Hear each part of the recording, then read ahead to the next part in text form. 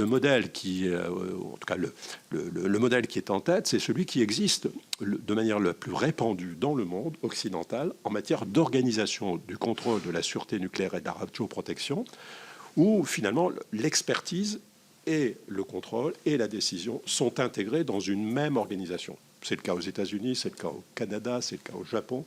Donc nous ne sommes pas en train d'inventer un modèle, nous sommes en train de regarder les meilleures pratiques internationales pour pouvoir nous interroger nous-mêmes, en tout cas c'est le gouvernement qui pose cette question, sur la manière de faire évoluer le système pour le rendre plus robuste, plus efficace et adapté aux enjeux sans précédent face auxquels nous allons nous trouver, pas pendant les 2 ou 3 prochaines années, mais pendant plusieurs décennies.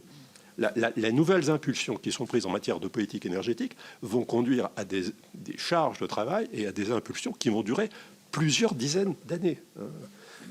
Donc c'est une décision importante à un moment qui va produire des effets, qui produira des effets sur plusieurs dizaines d'années. Lorsque l'on parle de construction de programmes électronucléaires, ce sont quand même des réacteurs qui vont durer 60 ans.